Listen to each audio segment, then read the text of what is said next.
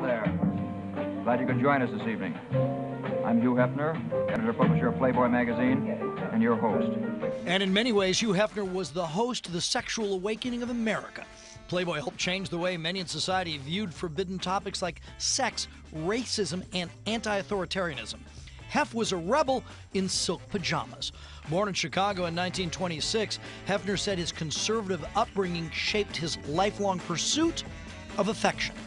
I raised in a home of good Methodist parents who had great ideals, but were incapable of showing emotion.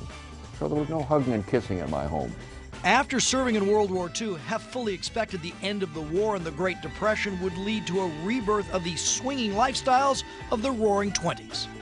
When the late 40s and 1950s turned out to be very conservative, socially, sexually, and politically, I knew we were in big trouble, and that was part of what I started the magazine for. And that magazine, partially financed by a loan from his mother, became an instant hit.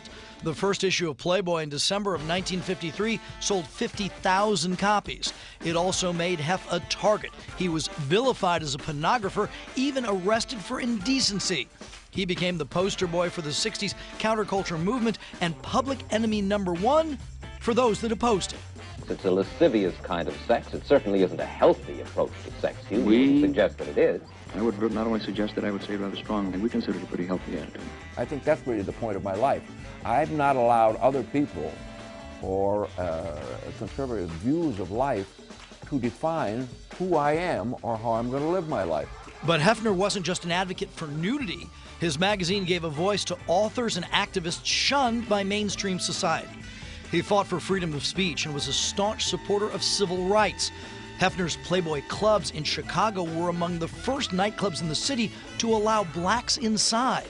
All this made Hef even more enemies, which was okay by him. I wouldn't have started Playboy if I was afraid of controversy. I think that controversy is the way you change things. There are probably a lot of people today out there enjoying freedoms who have no idea that Hugh Hefner was the pioneer who got all the arrows.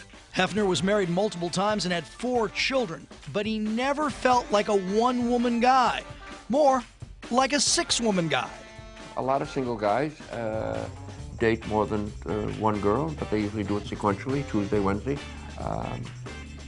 I date them all at the same time, and it's like a family of friends. Hef was often seen dating women 1/4 his age, well into his 80s. But despite this Playboy lifestyle, Hefner was extremely intelligent and philosophical. A few years ago, when I asked Hef what the meaning of life was, he said it was to better the world and enjoy it all at the same time. To try to make the best of it for yourself and for those around you and the world at large. To not do that with a celebratory kind of attitude would be crazy.